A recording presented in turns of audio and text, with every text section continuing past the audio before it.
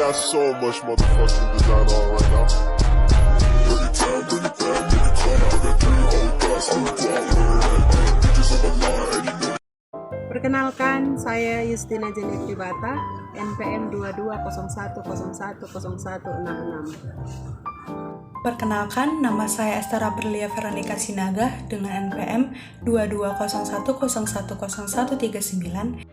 Perkenalkan, nama saya Santa Simanjuntak dengan NPM 2201010143. Perkenalkan, nama saya Olopai Simanjuntak dengan NPM 22010145. Perkenalkan, nama saya Julian Elisabeth Sipayung dengan NPM 2201010168. Hai teman-teman, selamat datang dalam video pembelajaran kali ini. Nah, dalam video pembelajaran ini kita akan membahas tentang inovasi pembelajaran.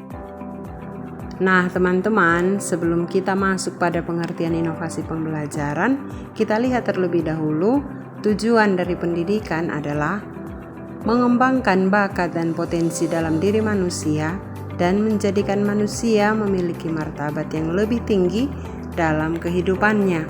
Penyelenggaraan pendidikan dilakukan dalam proses pembelajaran. Untuk itu, kita perlu memahami apa itu pembelajaran. Mari kita mengenal lebih jauh lagi apa itu belajar, pembelajaran, inovasi, dan inovasi pembelajaran. Belajar mempunyai arti tahapan perubahan seluruh tingkah laku individu yang relatif menetap sebagai hasil pengalaman dan interaksi dengan lingkungan yang melibatkan proses kognitif. Pembelajaran adalah kegiatan terprogram oleh guru melalui desain instruksional yang menciptakan proses interaksi antara sesama peserta didik, guru dengan peserta didik, dan dengan sumber belajar dengan tujuan menciptakan perubahan yang berkelanjutan pada aspek perilaku dan pemikiran siswa pada suatu lingkungan belajar dengan prosesnya terangkum pada kegiatan belajar mengajar. Pendapat lain terkait pembelajaran adalah seperangkat acara peristiwa eksternal yang dirancang dalam rangka membantu mempermudah proses belajar mengajar dengan harapan membangun kreativitas siswa serta dapat mendukung proses belajar yang sifatnya internal. Pembelajaran dapat juga diartikan sebagai sebuah sistem yang bisa dibilang sebagai sistem yang kompleks. Keberhasilan pembelajaran dilihat dari 2 aspek, yaitu produk dan proses. Pembelajaran bisa berhasil apabila peserta didik berhasil memperoleh hasil belajar dengan baik. Nah, menurut pendapat lain, pembelajaran merupakan upaya yang sistematis dan sistemik untuk memfasilitasi dan meningkatkan proses belajar. Maka, kegiatan pembelajaran berkaitan erat dengan hakikat dan jenis belajar serta hasil belajar tersebut. Pembelajaran harus menghasilkan belajar, tapi tidak semua proses belajar terjadi karena pembelajaran. Proses belajar juga terjadi dalam konteks interaksi sosial kultural dalam lingkungan masyarakat. Pembelajaran tidak hanya terjadi dalam lingkungan pendidikan formal saja, tapi bisa terjadi di luar sekolah. Proses belajar dan pembelajaran bisa terjadi di mana saja dan kapan saja, tidak dibatasi oleh jarak, ruang, dan waktu. Jadi, pembelajaran dapat diartikan sebagai sebuah interaksi antara pendidik dan peserta didik untuk mencapai tujuan pendidikan. Nah, sekarang kita lihat tentang inovasi. Inovasi adalah sebuah temuan yang dihasilkan dengan sadar oleh seseorang, baik itu melalui penelitian atau pengembangan, sehingga menjadi sesuatu atau sebuah hal yang baru. Nah, selain itu, inovasi juga dapat diartikan sebagai sebuah gagasan atau pemikiran yang baru dan belum pernah ada sebelumnya, dan dijadikan sebagai suatu hal yang baru bagi sekelompok orang. Jika inovasi berhasil diadopsi, maka akan terjadi berbagai perubahan, pembaharuan, dan peningkatan kualitas dalam bidang pendidikan. Nah, maka inovasi pembelajaran sendiri adalah ide atau gagasan atau teknologi baru yang diterapkan dalam proses pembelajaran sehingga dapat meningkatkan kualitas pembelajaran dalam rangka mencapai tujuan pembelajaran dan dilakukan oleh pendidik, pemerintah, dan lembaga kependidikan. Penerapan ide teknologi, metode, dan pendekatan baru yang bertujuan untuk meningkatkan efektivitas proses pembelajaran.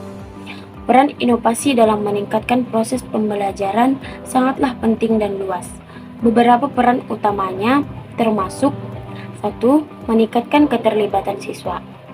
Inovasi dalam pembelajaran dapat membuat materi menjadi lebih menarik dan relevan bagi siswa, meningkatkan keterlibatan mereka dalam pembelajaran.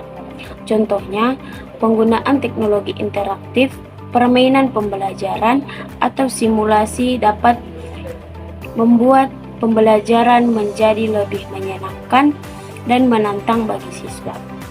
2. Meningkatkan aksesibilitas. Inovasi dapat membuka pintu bagi akses yang lebih luas terhadap pendidikan, terutama melalui teknologi digital, pembelajaran online, platform pembelajaran terbuka, dan sumber daya digital lainnya, memungkinkan siswa untuk belajar di mana saja dan kapan saja, mengatasi batasan geografis dan waktu. 3. Personalisasi pembelajaran. Inovasi memungkinkan pendekatan pembelajaran yang lebih personal. Melalui analisis data dan kecerdasan buatan, guru dapat memahami kebutuhan dan gaya belajar masing-masing siswa secara lebih baik, serta memberikan umpan balik yang lebih tepat waktu dan sesuai. 4. Peningkatan kualitas pengajaran. Inovasi dapat membantu guru dalam meningkatkan kualitas pengajaran mereka. Misalnya, dengan adopsi teknologi pembelajaran, guru dapat mengakses sumber daya pendukung yang lebih banyak, berkolaborasi dengan rekan-rekan mereka, dan mengikuti pelatihan profesional yang relevan secara daring. 5. Mendorong kreativitas dan kolaborasi. Inovasi merangsang kreativitas guru dan siswa dalam menciptakan solusi baru untuk tantangan pembelajaran. Ini dapat menginspirasi kolaborasi antara guru dengan siswa, serta antara sekolah dan komunitas atau industri lokal. 6. Mempersiapkan untuk tantangan masa depan. Inovasi membantu siswa mengembangkan keterampilan yang relevan untuk masa depan, seperti kemampuan berpikir kritis, kolaborasi, pemecahan masalah, dan literasi digital. Nah, secara keseluruhan, inovasi dalam pembelajaran memiliki peran penting dalam meningkatkan efektivitas, efisiensi, dan relevansi proses pembelajaran untuk siswa dan guru di semua tingkatan pendidikan. Selanjutnya akan dilanjutkan oleh teman saya. Di sini saya akan menjelaskan hubungan antara teknologi dengan inovasi dalam konteks pembelajaran. Selamat menyaksikan. Pemanfaatan pembelajaran memiliki potensi besar dalam meningkatkan proses dan hasil belajar siswa dengan menggunakan teknologi seperti laptop, internet, aplikasi mobile, dan perangkat interaktif. Siswa dapat mengakses materi pembelajaran secara fleksibel dan interaktif. Teknologi pembelajaran juga memungkinkan penggunaan metode pembelajaran yang lebih menarik dan variatif seperti pembelajaran berbasis game dan konten multimedia yang kaya. Selain itu, teknologi pembelajaran dapat memberikan umpan balik instan kepada siswa, memudahkan pemantauan kemajuan belajar siswa, dan memfasilitasi kolaborasi antara siswa. Dengan memanfaatkan analitik pembelajaran dan kecerdasan buatan teknologi, juga dapat mengidentifikasi tujuan belajar individu dan menyediakan rekomendasi yang lebih personal. Dengan demikian, pemanfaatan teknologi pembelajaran secara efektif dapat meningkatkan efisiensi, keterlibatan, dan pemahaman pada siswa.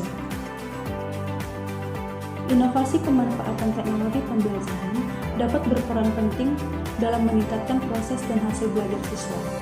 Teknologi pembelajaran mencakup penggunaan berbagai perangkat dan aplikasi yang dirancang khusus untuk membantu pengajaran dan pembelajaran. Berikut ini adalah beberapa inovasi yang dapat digunakan, yaitu 1. Pembelajaran berbasis online. Platform pembelajaran online memungkinkan siswa dan guru untuk terhubung secara virtual. Guru dapat memberikan materi pelajaran, tugas, dan ujian secara daring, sementara siswa dapat mengakses materi tersebut dan mengirimkan pekerjaan mereka secara elektronik. Yang kedua yaitu pembelajaran kolaboratif. Teknologi pembelajaran dapat memfasilitasi kolaborasi antara siswa melalui platform berbagi dan kolaborasi daring. Siswa dapat bekerja sama dalam proyek, berbagai ide, dan memberikan umpan balik satu sama lain melalui fitur seperti forum diskusi, kolaborasi dokumen, atau video referensi. Oke, baiklah, di sini saya akan menjelaskan perbedaan pembelajaran zaman dahulu dan zaman sekarang. Yang pertama itu ada di perbedaan dalam akses informasi.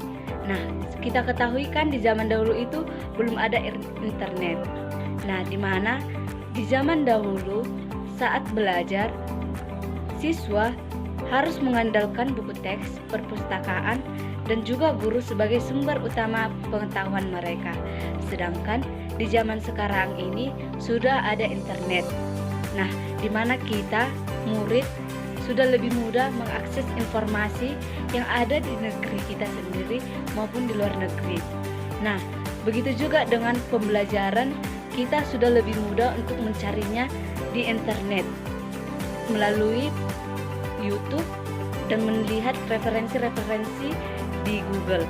Nah, yang kedua itu ada di perbedaan dalam metode belajar.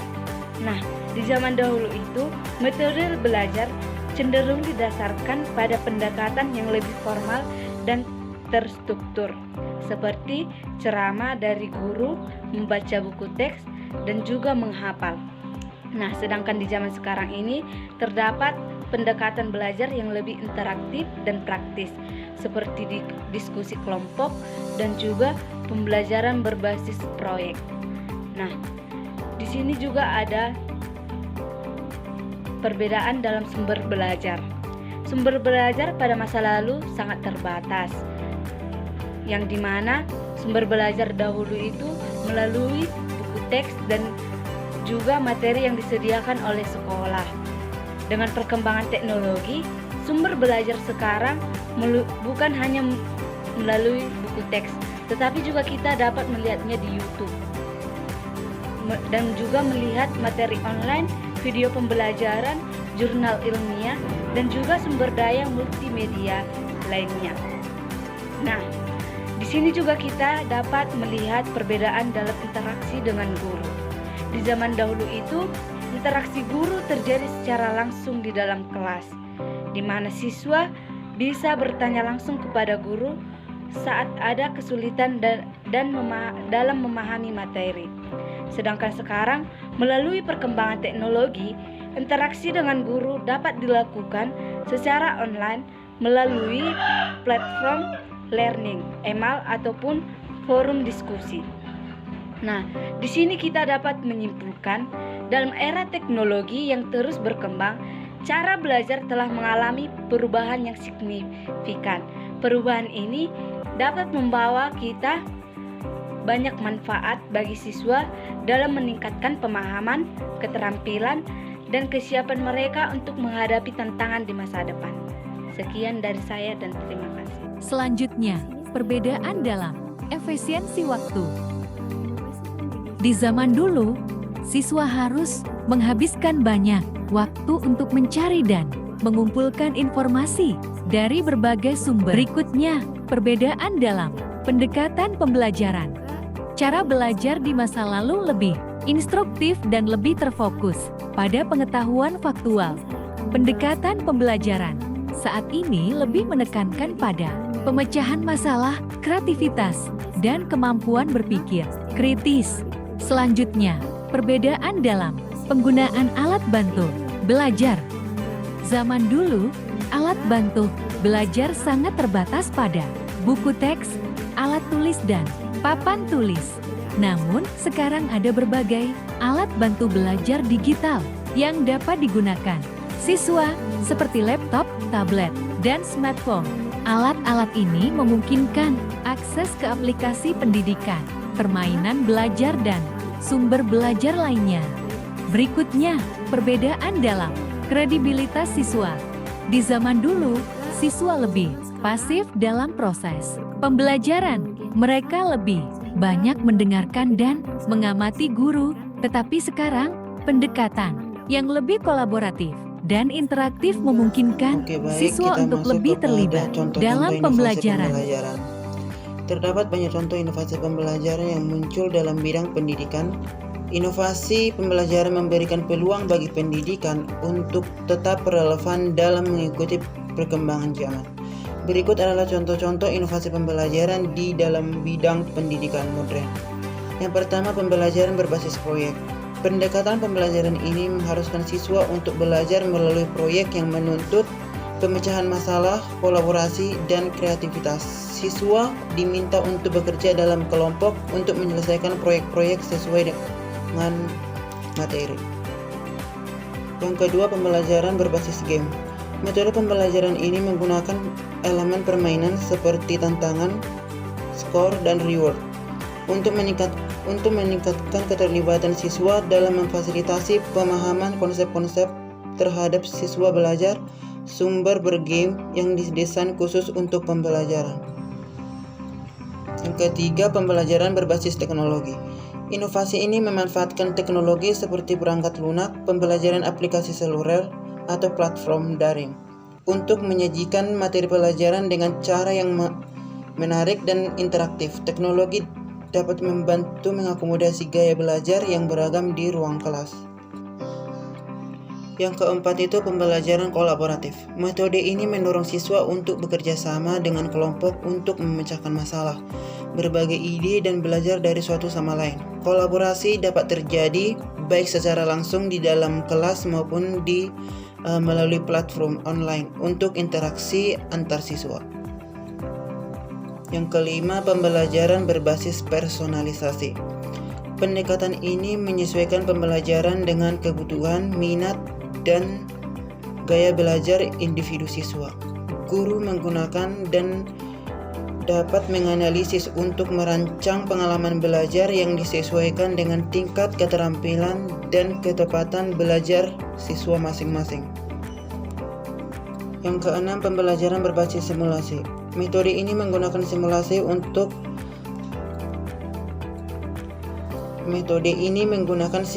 atau model visual. Dapat mengembangkan keterampilan dan pengetahuan memulai percobaan, eksplorasi, dan interaksi dengan simulasi yang meniru situasi di dunia nyata. Dengan berbagai contoh inovasi pembelajaran di atas, dapat memudahkan guru untuk menggunakan metode pembelajaran yang dapat mengakomodasikan gaya belajar siswa yang beragam.